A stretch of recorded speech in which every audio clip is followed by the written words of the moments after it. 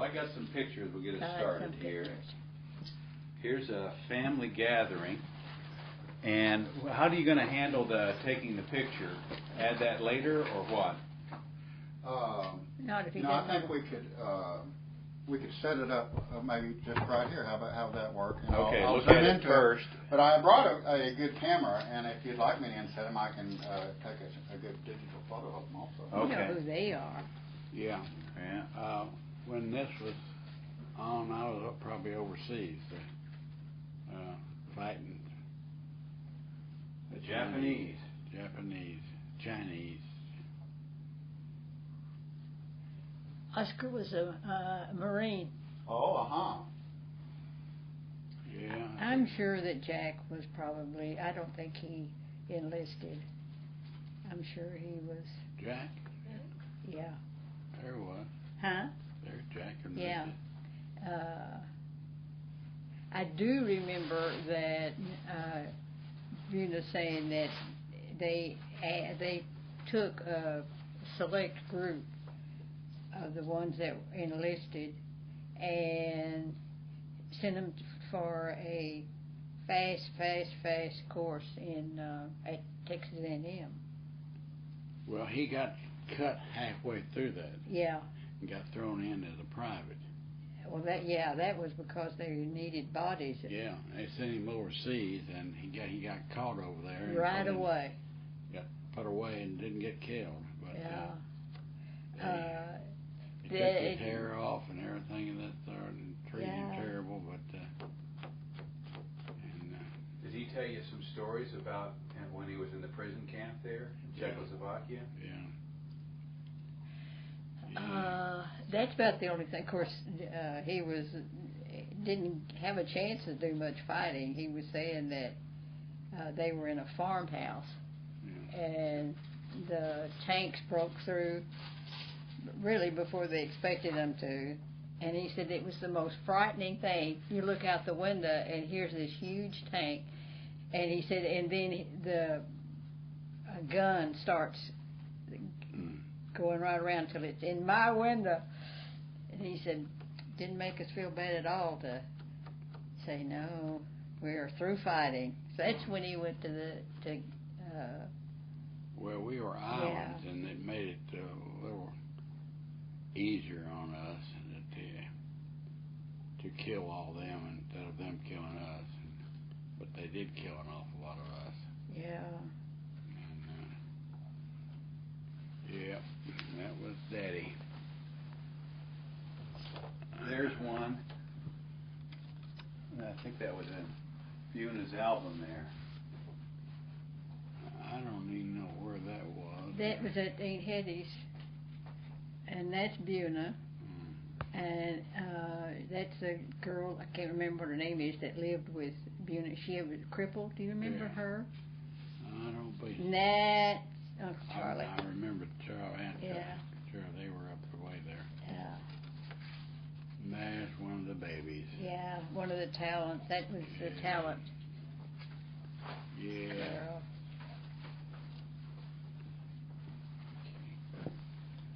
Oh, well, and that's Buna. No, that's not Buna. Yeah. Yes, it is. That's not a good picture of her. She's a prettier woman than that. Yeah. Well, That was when she was Buna. already up to the grandmother stage there.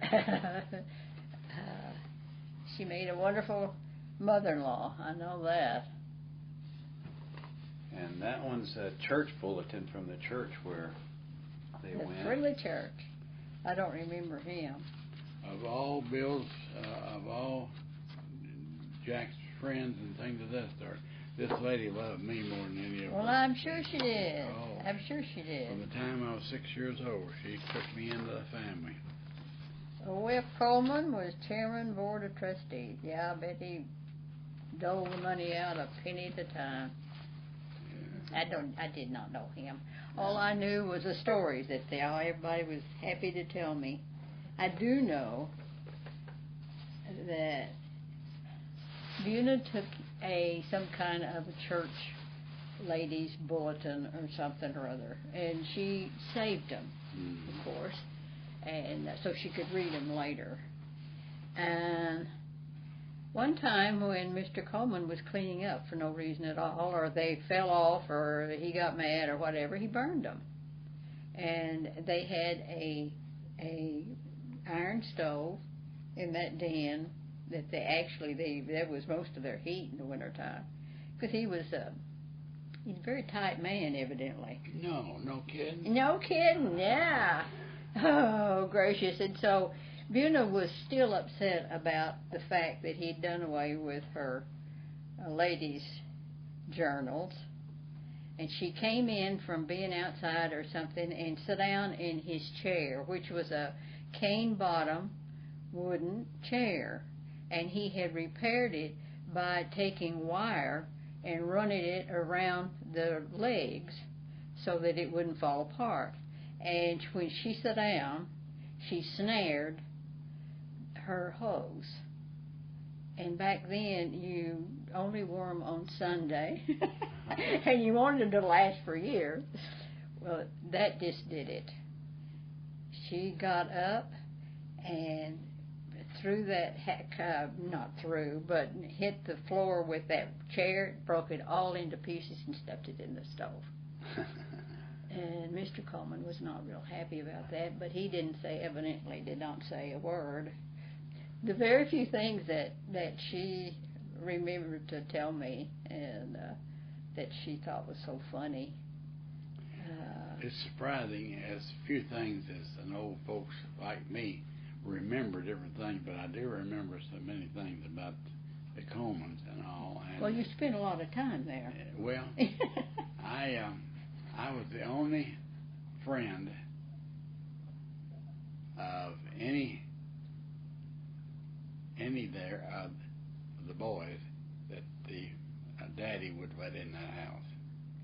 And I came in that house. I came around the back door to go to the back door to meet Jack, and we walked to school and came back by, and I walked by, and Bill went in, Jack went in the house, and I went on by to the house, and I don't know what happened, but about 2 or 3 days later, she asked me to come in to eat lunch with him, and I said, I'm ready. My mother's ready for me to the house, and I went to that house, and so she called over there and we had telephones in those days, and she called Mother across the street and says I wanted him and he wouldn't come in. Why is that? And she says there's nothing wrong. I have food for him here, and he doesn't have to eat with anybody else. And she said, well, I wish he'd come in. She said, he's eating at home. And so the next morning, when I came to walk with Jack to school, she said, won't you come in? I said, no, I'll wait out here on the deal. And she couldn't understand why I offered it. And other girls and boys would come out there and they'd come to the deal, but she never asked one of them, and she never did anything. And I don't know why they just, for the first day on, the family liked me, and Bill and Jack liked me, and we were your friends the rest of our lives, and we got along. But there was so many things. When Shirley was born, I always remember this. Their grandmother, Mrs. Coleman's mother, came down from Kansas. Yeah. And sat there with Ann and all, and I just happened to be in the house and everything. They had some friends in there to see the baby and things of this sort, and this fellow asked Mr. Coleman, says, what are you going to do when these boys start showing up? And he says, I'm going to get me a gun. And this little old lady from Kansas says, I wish I'd have thought of that. I'll remember that the rest of my life. Is that the picture of Mr. Coleman then? Yes. He's down in the front yard with the pecan trees. Oh, okay.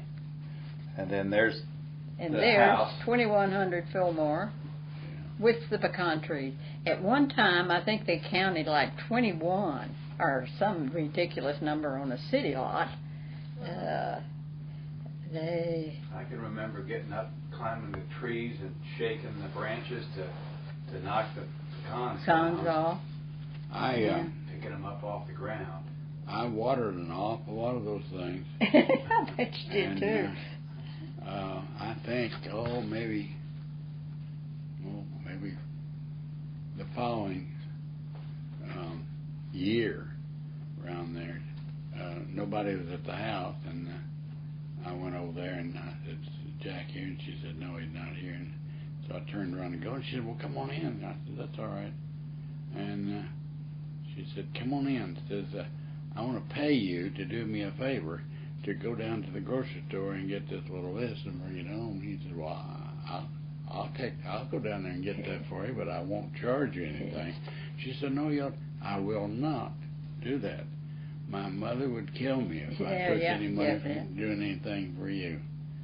And she said, "Well, we won't tell you, Mother." I said, "I'd better not do it."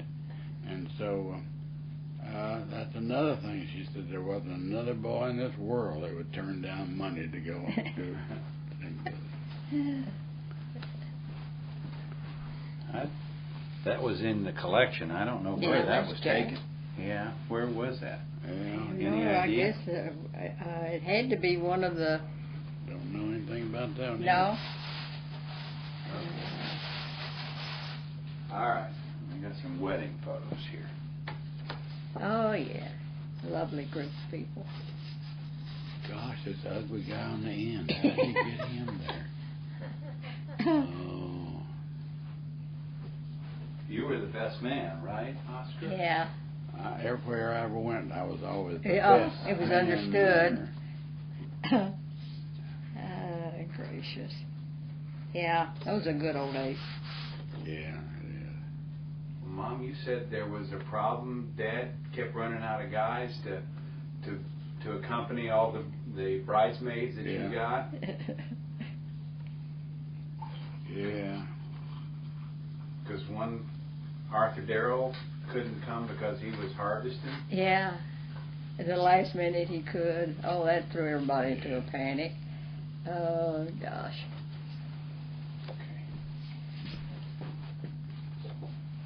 That's the same group, plus the preacher. I don't remember that preacher, but... Hey, old Collie. Yeah. Lovely, lovely, lovely people. Oh, and you know, those two, that was Shirley's wedding to Frank. Yeah.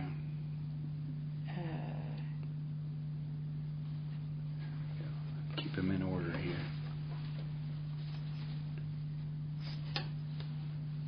Here we are. Walking down. Yeah. When I asked my daddy if he would give me away at the wedding, he said, "I don't think so." He said, "I haven't given away any of my children yet." Oh. So, No. thankfully, he was saying that laughingly. Yeah. I never did really know him, but I knew your mother. Everybody knew my mother.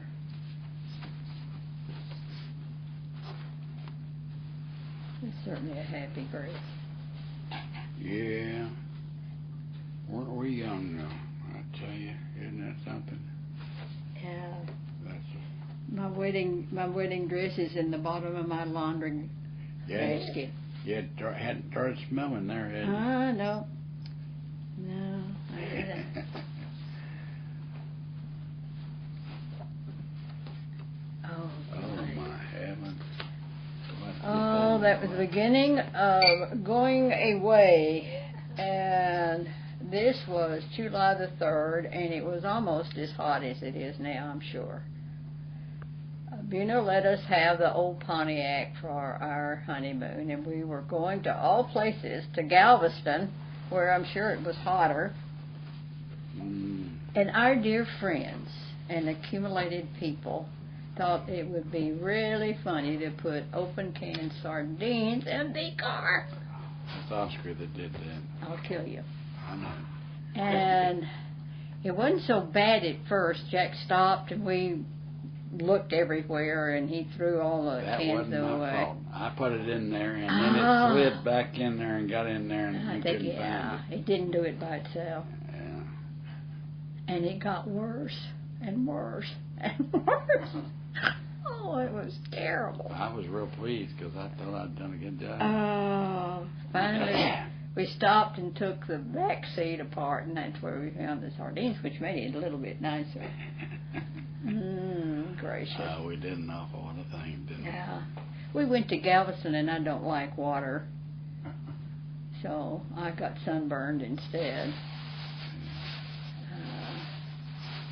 Made for an uncomfortable honeymoon, I can tell you. Is that the car? That's the car. Oh, it's beautiful. You had to order your cars and hope you got one. But that happened to be Buna's. That was 1947, right? Yeah. Well, you were very fortunate to have a 47. That's when Shirley married. Yeah.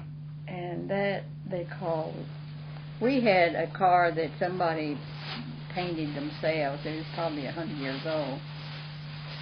And they had painted over a bright blue with gray, and we called it the Gray Smudge. Oh, it was a horrible looking car. But it ran. That was what was important. Okay. That's Bill. Bill and his grandmother. Youngest there. Yeah. With his grandmother, and he's about to bite her, and Yeah. yeah. Oh, I tell you what. When Bill was born out in Los Angeles, see, she rolled the back.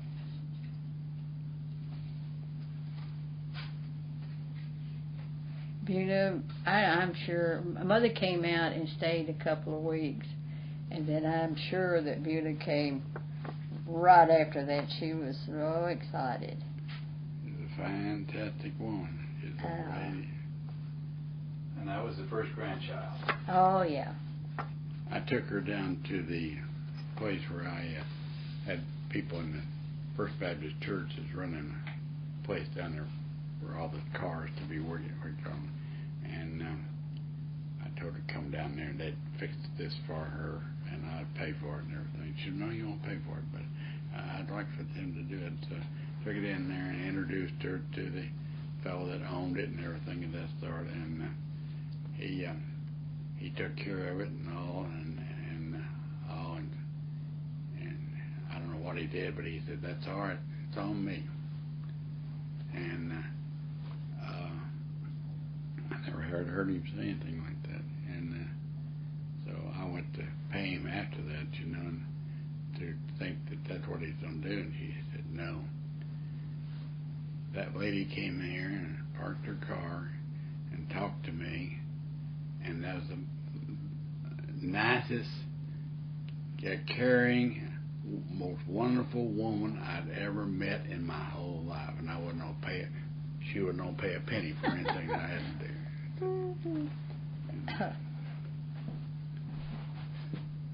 There's a sing-along. There was one Christmas that we had over at Buna's. I mean, we took Santa Claus stuff over there and the tree. It was the biggest. But that was to please Buna. She wanted to have Christmas at her house. Well, I started moving away and everything of this sort, and she got other friends in there that I didn't get to see all the time, but Yeah. I was always with her, you know, at church and at school and things of that sort. And then later on, after Daddy died, I used to go to church with them down there, out there on Grant Street. Grant, yeah. And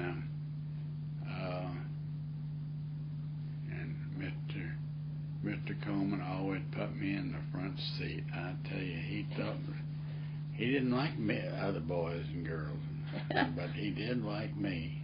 He must have been a peculiar man. Very thorough. I helped him around that fence around there, building that deal and putting the stuff on the top and going and getting it and everything of this sort. And first 2 or 3 times, what I owe you, I said, Mister, I'm just glad that you let me help you, and I enjoy doing this.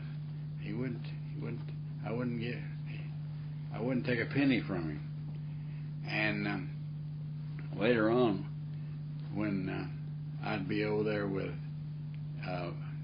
Jack and me and a few others and everything, that sort of, he'd come out and he'd give me the key to drive that car.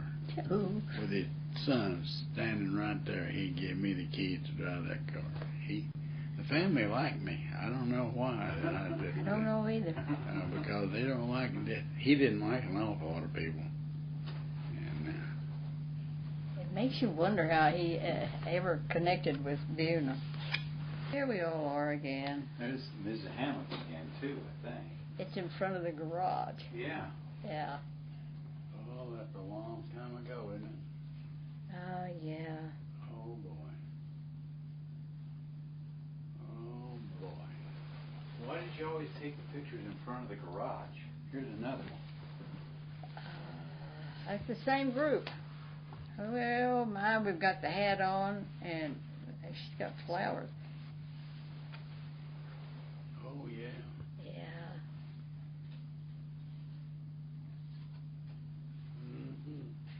Long time ago, wasn't it? Is this building the house out in Iowa Park? Oh, yes. I want to tell you about this and how much Jack loved me and what great concern he had for me. He brought the tractor out, but he borrowed all this from Wilson. They were building those concrete houses. Yeah. And so we were going to build one ourselves. So he showed me how, when he was on the tractor and this big thing would come down and dig. And then the trick was you stepped in while that was still digging, and you pulled the lever and that thing went right straight back up. Now, the second trick was to get out of the way before that thing came up. Jack showed me how to do it, and we finished all of those things, dug all those holes for those piers.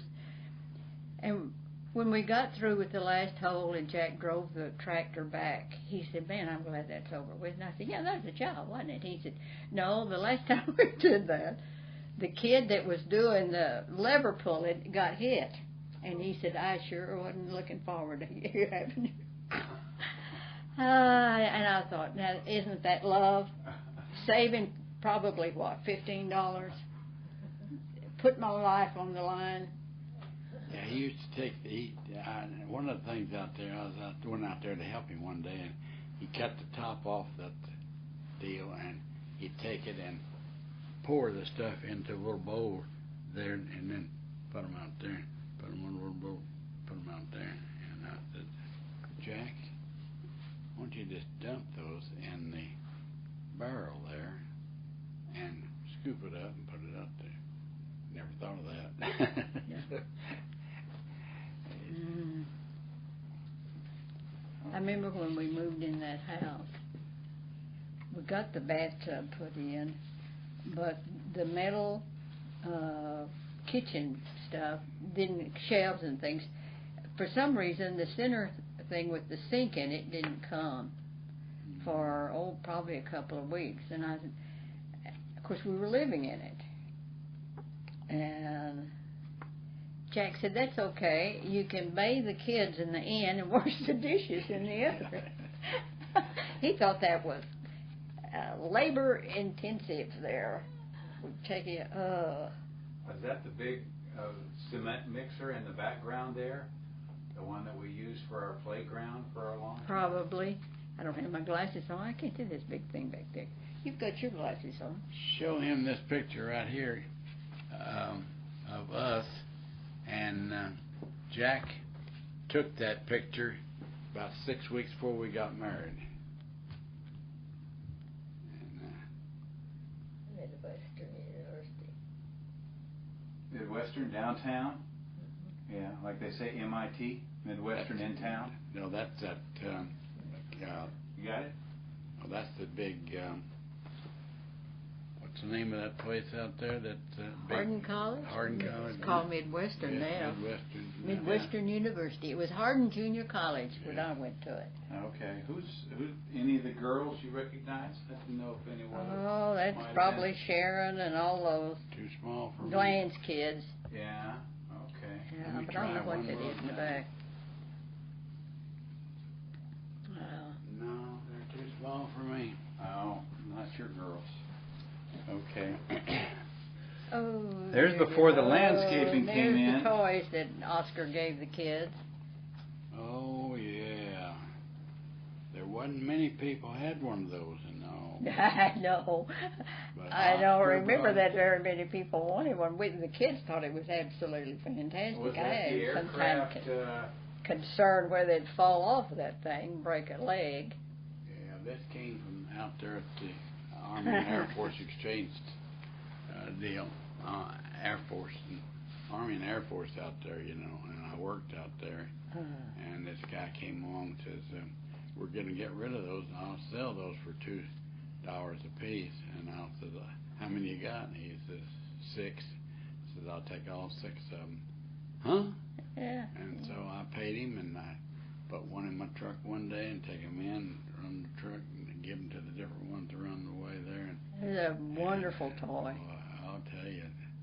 How tall was that? How high were we off the ground when we were playing? 10 feet. Yeah, well, it could be raised up. They wanted it on the low system, but it would go up as high as this equipment there, and you'd walk up it and get on top. And it was for service in airplanes? Yeah. And they had different. I can remember falling off of that more than once. I tell you, living in this house was an adventure because we moved in when Jack put the front door on. And then he worked on it as time went by. Oh, gosh. And I can remember, Bill, the only piece of furniture that we bought was the couch. And nobody knew what color it was because it always had a sheet on it. And I can remember Bill answering the door. Somebody came, and he opened the door, and he said, come in and don't put your feet on the couch. Because I guess he thought that just went right along with it. But, and they'd always ask if they could come in and sit on the couch. They really appreciated that very, very, very much. I can remember what kind of washing machine we had. Probably something from Sears and Roebuck. Everything came from Sears and Roebuck. It was a front loader, and we get inside of that washing machine, and it drives me crazy just thinking about it now. But that was something claustrophobic, and we had a sleeper couch with a fold-out bed, and we convinced the littler kids to lay down there and then fold them up. I know y'all were wondering where I was when that was going on. And then we jump up and down on the couch. They loved each other. Oh, yeah. Oh, my. It's wonderful. And they all lived. They all lived, grew up. Here's an example of parental care there. Nothing but the best of toys for each child. Paint. And that was my toy at that time. Empty paint. Empty. I don't think that's you. You were older than that. Oh, by then? Yeah. It's probably Robert or... Okay, there we go. Robert or David. We've got proof. That's Steve from out in California. And that is the TV. We were Jack built the TV with probably something from Radio Shack. I think it In was Los a heat Angeles. kit from What? the heat kit, wasn't it? Yeah, something or other. I don't know what it There was was. a Radio Shack back then, 1948. But he worked on it non-stop. Practically, I can't remember how long it took him. It seemed like forever, but I'm sure it wasn't. And of course, nobody had a TV set. And Los Angeles, as far as I know, was the only one that was broadcasting anywhere in the United States. So when everybody in the apartment area, there were 6 of us, 6 apartments, they'd all come down if they were having something special on the TV and watch a little bit. And then we had people that came up and knocked on the door and asked if they could just come in, and they found that we had a TV. Let me see this book right here, and on my lap, and but there's one of those in there that's got a lot of your when we left to come home after Jack graduated, y'all here in Texas still didn't have a TV station, so we left our TV with Steve and his family. Who was Steve? Steve. Yeah. I don't know whether. I don't think that was someone that Jack knew in the service. I don't know where he came in. Was that a student? Another student? And Bill. Yeah. Bill was another one. I don't know whether he met them after he. Isn't that funny? I don't remember. We'll get back to this, but this was in 1922. Picture of me going into church. Well, we need to mark them so he can take a picture of them there. Now, what I wanted him to see was one of these books real fast with what's this? That's a big picture magazine. Yeah. Magazine. No. Wrong book.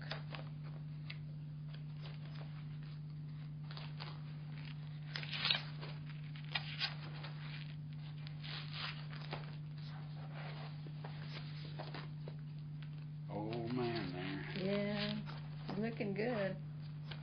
That's my brother. This is on board the ship with this fellow that we stopped to lower, and we got on a deal, and he got on an airplane. And by the time we got up to there, he'd already been killed. Ugh. He's a pilot. And he was one of our best friends in Wichita Falls. Do you remember when you got your first car after the war was over?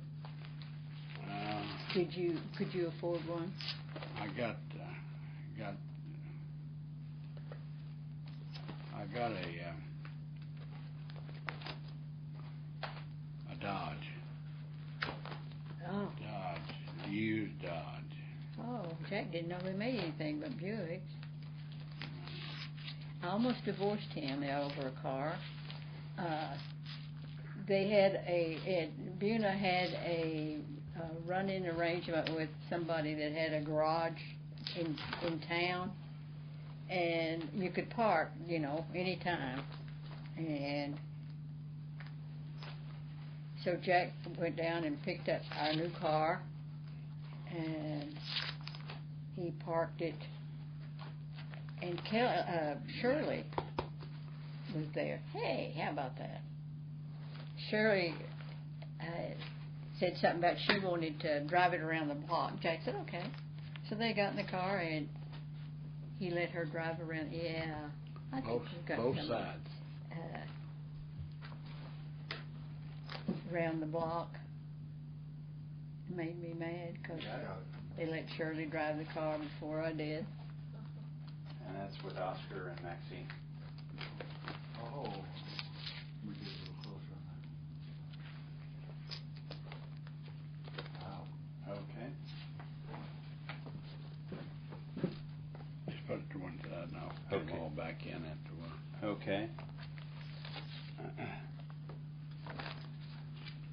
I'm not sure I heard the last of the story about how you almost got divorced.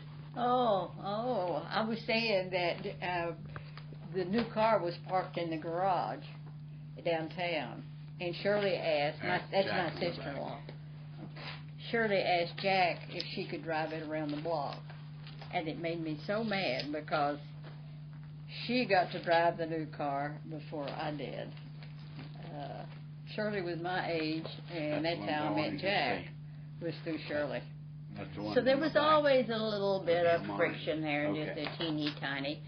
And it was probably hard on Jack, because he was he had been raised giving in to Shirley because she was the baby. Yeah, very bossy, too. Okay. That, the top picture is Dad with Maxine, and then the other one is Oscar and Maxine, right? I guess. Yeah.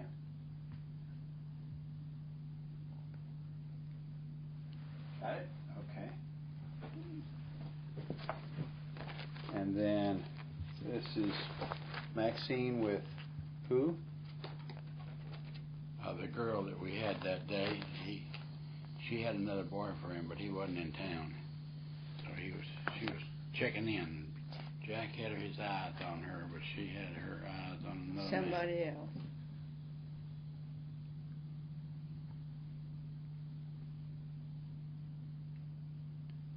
That was his date for the day. No. I was wondering who the blonde was in the pictures that were saved there. Yeah. I always thought this was a real good picture of Jack and me. Good friends. Yep. Bottom one there. Didn't hit that all of them. Yeah.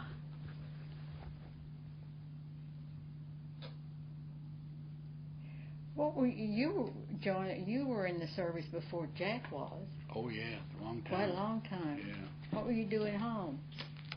After 2 years out of there, I came home. That was, I was really only over 20 months. But by the time I left the house and got back, it was 2 years. That you were overseas. Yeah, I was 2 years. What campaigns did you fight in? Oh, I killed all those Japanese for four of those deals, and then came home and went back to one of those islands, and hadn't been there long, and they dropped a bomb, and I thought I'd be the first one to go home, but instead I got sent to China and got home the following spring, and I got home in February the next year. Was that all right? Yes, sir. See what that one is. Okay. We'll go sort through it before we start up here. Well, this is young people. This Okay. I don't think we'll find anything. I got the piece of paper, Oscar. It said that the campaigns you served in were Guadalcanal, Mindanao, Bougainville, and Green Island. Yeah. Yeah. And you were back in the Philippines, and then in July of 1945 sent to China. So that's right before the bomb in August of I 45. left there. The bomb fell twice before I went to China. Yeah. I thought sure I was going to go home, but they sent me to China. Had to send all the Japanese home from China. Well, I don't know when Jack got home, but I do know that He was home before I got home. when he was in the prison camp, he took the bottom of the can that the Red Cross boxes had, and he calibrated it. We'll see, and So that they could, their main food while he was in prison was a round loaf of bread. And he took that and put it on top of the bread and then cut it, because that way each piece was, because they actually fought over it if they thought somebody had 2 bites more than they did. And Jack said it wasn't any time at all till all of the different parts of the prison camp, each group wanted one of those little things. So well, see, he was home a year Before you? Oh, yeah. How about that? Because the army and the war in Europe. Germany, yeah. was before us almost Yeah. a year. And Well, he said that when the war was declared over with in Germany, the guards didn't do anything except they just went over and unlocked all the doors and walked off. yeah, didn't have any food for them or anything. Walked off. So Jack said they stood around for a little bit, but in their particular, I don't know, group, there was a soldier that was a Czechoslovakian, and he said, we can walk to my farm, and that's exactly what they did. Well, see, they were afraid that since they had lost the war, that if they didn't be real nice, they might get killed again. Yeah. Because if they had, some of those people had been treated pretty bad. Oh, I do know that it wasn't a long time, but Jack and the rest of them worked a while on the Czech farm, and before they got enough. He lost how many pounds? You probably want 2 or 3 copies of this right here of me. Oh my, were you ever that young? How much weight did Dad lose when he was in the prison? Lots of it. Yeah. Here's a picture of my grandmother and granddaddy back in the years and years ago. That's wonderful. At the Largent, grandfather and grandmother. And here's a picture of Daddy and Mommy when they were. Well, you got to hold that up to the camera so we can get it. Okay. All right.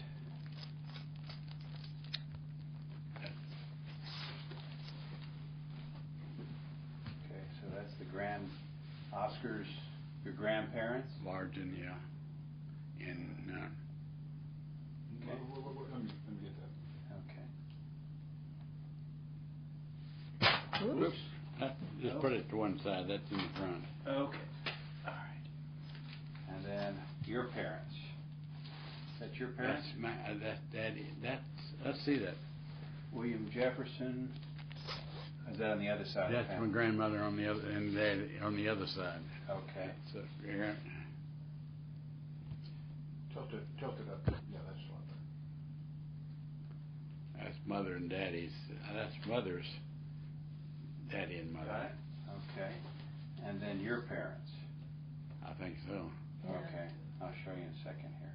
Clara Ann Oscar. and Oscar William Largent. Yeah. Okay. Got it? Okay. Let's see what's in next.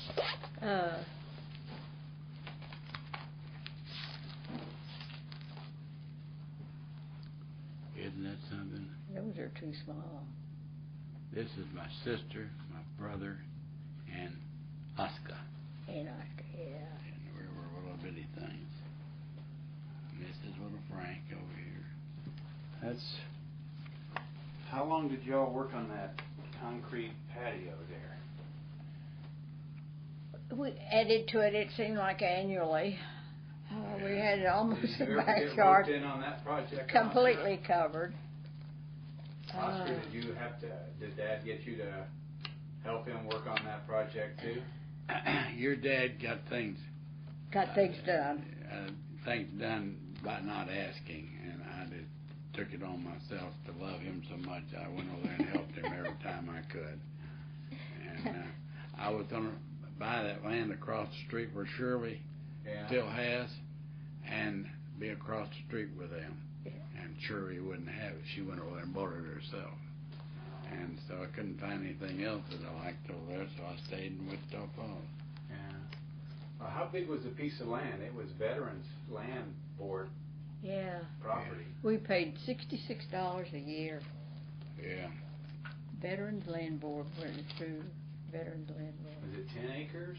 Huh? 10 acres? Yeah, imagine. And then Jack had a tank put on. They dug a tank for us. That was just the bulldozer that just Yeah. hollowed out. And then the water drain there. Yes, yes, yes. And I remember that was our swimming pool. It was a muddy tank. And one year I killed a water moccasin there. I didn't go swimming too often after that. Was this out of this or this? It's out of this. The last one that you had out. This one. Yeah. The one Okay. ancestors. And frogs. And frogs, yeah. Lots of frogs. Okay, this looks like a McInnes family gathering. Yes. That's Don and Vera. And they must have been it must have been a celebration. I saw a grill in another picture. Yeah, it looks like we've got something on the wheelbarrow. Okay. Who's that? I knew one of your brothers. He worked in a film station. Hunk. Hunk, yeah. Yeah. He and I were good friends. He was a good friend to everybody. That's Al, probably with a can of beer. Okay. Is he still alive? Who? Nobody is. No. Your brother. Hunk? No, he died on my birthday 7 years ago. 7 years ago. Yeah, up in Oklahoma. Yeah. But he'd had heart problems and so on. He'd had open. Diabetes, he didn't take care of himself. When he went into the hospital, they were going to diagnose all the things that were wrong with him. And they found out that he was diabetic, so they told him that he could not leave the hospital until he learned to inject, the whatever he needed himself. And he said, well, there's no way I'm going to do that. And I don't know how long it took him before, he got enough courage to actually do that. Bless his heart. I don't know what's in there. Okay. He was one of the 3 men in my life. My daddy and my brother and... We're older. Well, Yeah. do you still think that was beer because that's Robert, isn't that Robert that's getting... Getting some? Yeah, from Uncle Oh, I Al? hope not. That's Al, so I don't know. And is this after the tornado took down the garage? I hope so. Oh, Yes, it was. I had Russell. Did you see that? Did you see our garage that got blown away? I saw every one of them. I had a stack of them I gave to Russell Dilday because his folks were, and he were up there before we moved away and everything, but he was gone, both of them, when they had that big, but I had all the pictures of all the stuff in a book, and he came over a couple of weeks ago and got them. And that tornado just went through and just leveled everything. The house where we lived up there was 3 blocks away from everything torn down. And Yeah. there wasn't anything hurt at all in the house that we lived up there on that street. Well, the concrete house, I remember. It would, yeah. It was fine. This was a wood frame garage right next to it, and it was just flattened leveled. and disappeared. Yeah. The concrete house had a few chunks, in it, and that meant, maybe 1 or 2 broken glasses, but the rest of it. I remember there was one about the size of a fist right embedded in the wall next to the front door. You need to go to the potty, Mama? Yeah. Okay. There's you two right over there. Yeah. There's one with that. That's me, right? Yeah. Long time ago. It's a college student. Poor old boy. Of course, see, we were going on the GI Bill, and they paid for his education, thank heavens. But the cash money that we had, Jack, before we married, got, I believe it was $90, and then when we married, it was $100. And when Bill was born, they raised it to $125. And that's what we lived on. So he was always looking for, little bitty short jobs, and they had a parade. And he got signed up to play his trombone. And then he found out that they all had to have uniforms alike. So we scrounged around and got enough money to, to have that wasn't real expensive, but he had to have white shoes. So I said, there's no way we're going to buy a pair of white shoes, because when would you ever wear a pair of white shoes? So we took a white towel and cut it out, and Jack glued it on a pair of his shoes. Oh, I can remember. Oh, gosh. And we went early, and he left me on the side of the street where I was supposed to stay, so he'd know where to pick me up when the parade was over. And he told me the color of the uniform so that I could know him. Well, so I told him, I said, I wouldn't be looking at the uniform. I'd be looking to make sure that your shoes were still covered with white. Well, Jesus wanted your husband and me to be as close as we could all our lives. Out there at the airport, I was out there to see another man, and I went to the restroom, and lo and behold, here came somebody stand up beside me, and he looked up at me, and I looked at him, and he said, Oscar. I said, hey, what are you doing out here? And, of course, y'all came to the house in Denver, and came to California to see us, and all, and we just been close all our lives. And, old friends are the best friends. I guess they so. know all the things that are bad and good. They love you anyway. Oh my! Was that Abilene? Where's that? It's a picture of Dad playing the trumpet next to the flag while we all Abilene. stood there, supposed to be standing at attention. None of us were. Never can tell. We always flew the flag for every occasion that it called for, and it was the one that was on Mr. Coleman's, not Jack's, but Mr. Coleman's, they sent with him when he got out of the service. And would you believe, and of course, and we always hung it. Even we used it here in Dallas the last time, but it was always hung on our front porch for everything. Would you believe somebody stole it? Oh, I believe it. They'll steal things around here. And it meant nothing to them other than it was, it was a flag. But it meant a whole lot to the rest of us.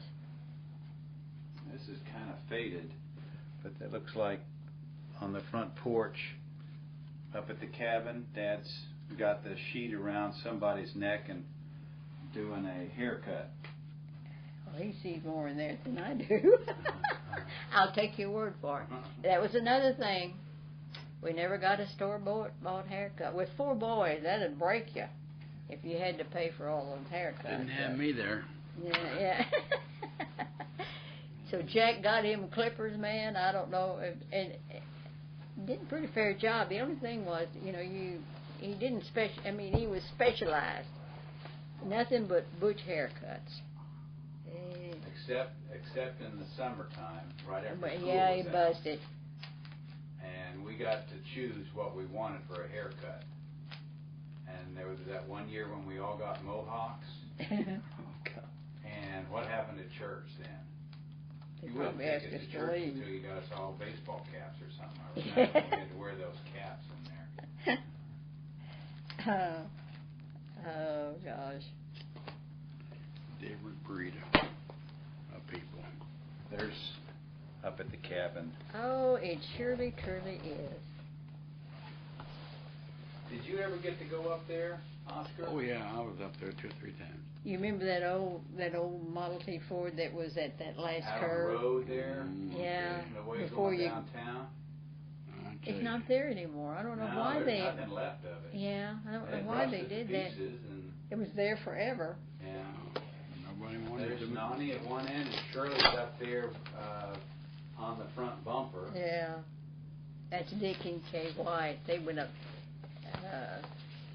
they were really not, well, she was really not a camper. Yeah. You know, she was ready for somebody to serve her breakfast and all that sort of thing. Were you up there when it was still the outdoor potty, Oscar, or did they already have the indoor toilet? I do know this, that it was summertime, and we'd go out there and put ice and everything and make holes for everything, and come out the next day and it had been frozen. No good.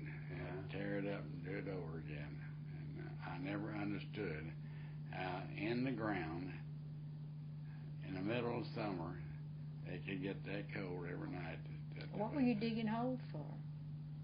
We did an awful lot of things around that house that had to be done a long time ago.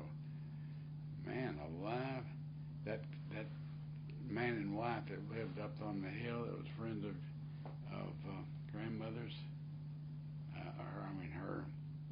your grandmother, or his grandmother, or his mother lived had a friend up there. And Harriet Coppock, she lived. Coppock, yeah, they lived. Uh-huh. And they went up there 2 or 3 times with us too, and we worked several different times up there, and it's surprising all the things that happen and do and this, that, and the other. It's a neat place. It still is. Yeah. Yeah, you got great grandkids going up there now. It was a very inexpensive place to have your vacation. That was, plus the kids loved it. Yeah, and you'd park us with Nani, and then we'd come back from the summer stay, and we had a new brother. Yeah. Every 2 years, like clockwork. Yeah. When you came out there and all and crossed over there and took that road that went out into the middle to go down, that filling station on the corner there. Yeah. I came around the corner one time, and here we are, and went in there to get gasoline, and the guy says, "Hi, Oscar, how you doing?" And he'd worked at a filling station in Denver when we worked out there, and I'd take my car in to be cleaned and jacked and everything of this sort, and we were just halfway good friends, and came around that corner, and he was came around that corner and said, "Hey, Oscar, how you doing here?" I tell you, But I always stopped going and coming up there after that to see him. Just an awful lot of friends in the whole United States. Of course, when I worked for that company, I was in an airplane almost every day of the week around the world. I had friends all over the United States. Mm-hmm. And it's surprising how many friends I've had all over the United States. Did you travel that much? Oh, yeah. I had over 2.5 million air flights, miles or whatever they could call it, or something of that sort. I don't think it's miles, but anyway, they had I was one of the long-term big callers. In those days, you may only had 8 people in the big old thing, because you had to pay for it, and nobody had any money in those days. I just wanted to ask if you recognize the names of any of those people. They were advertising on the back of the Grant Street Monroe Church. Street Pharmacy. Yeah, had girlfriends there and everything. Did you know about that, Maxine? No? I'd call her first, and she was busy with somebody else. I'd go with one of the girls out of this place here. Where was the one that had a lunch counter in the pharmacy or something like This that? one right here, Monroe and Street I remember Pharmacy. going over there. Dad took me after church one time, and they had like a fish sandwich, breaded fish, and they took it right off the griddle and put it in front of me, and I took a big bite. It burned your mouth. And I burned the roof of my mouth because I didn't want to spit it out, and I was so embarrassed. I didn't want to spit it out there since Dad had taken me out to have lunch there. So that hurt. I couldn't eat for days. I went to this Methodist church with them many a time when I had no way to get downtown. Yeah. What did they come out of? That was in one of the boxes there of stuff. It's an old bulletin. And Nani led the choir, or what was she? She played the music for him there. Yeah. I sure wish they'd had a date on this thing. But that's a long time. It would have been back in the early 40s because Mr. Coleman's still listed there. That's the one where it said he was chairman of the board of trustees there. He had more money there than they did. Charging the money. Yeah. Yeah, those were days. I walked many a mile to get over there to go to church with him on Sunday because I couldn't go down to mine. And then after church, Mr. Coleman would put me in the front seat and take me over to his house.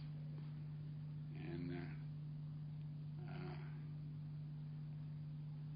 this three of those ladies in the neighborhood there couldn't understand how Mr. Coleman didn't like their sons and children, and hated their children, and they liked liked Oscar so much better. Yeah. But they were good to me. Oh my! I was 6 years old the time they died. Shirley said that Mr. Coleman had several strokes before he finally died. Before my time. When Shirley was just like this, there was quite a bit of difference in our ages. 6 years, I guess. Yeah. 6 years.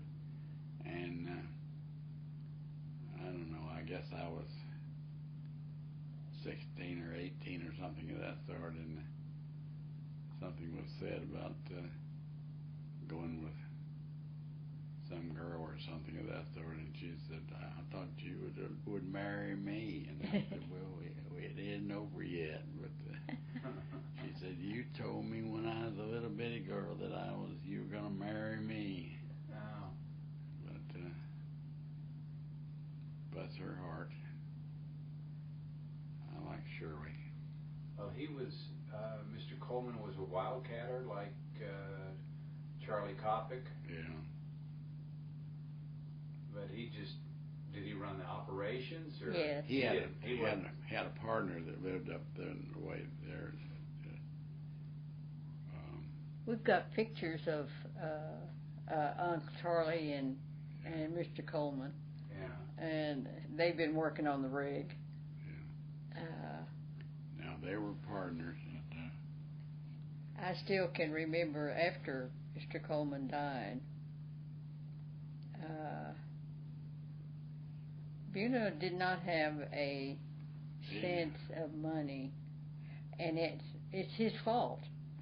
He made all the decisions, and it was I evidently always know we can't afford it, and I'm sure that he never allowed Buna to ever give anything, or I don't mean to church, but I mean I don't know what I mean.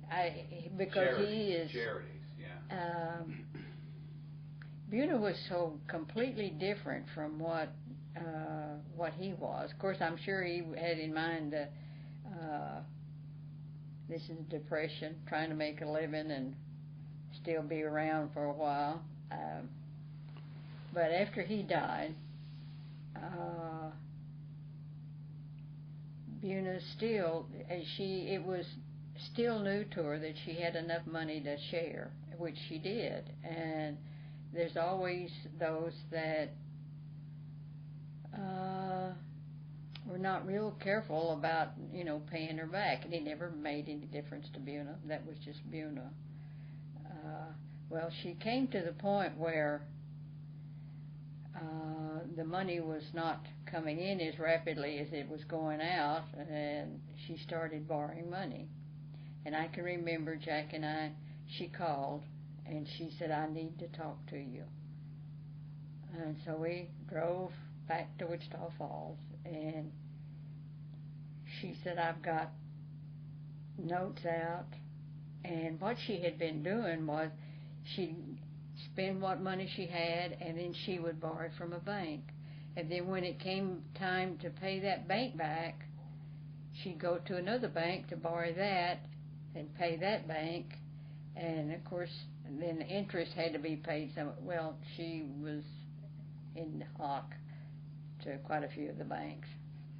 So Jack and I talked it over, and I told Jack, I said, I agree to paying the banks, but only if Buna will promise that she will come to us when she needs more money.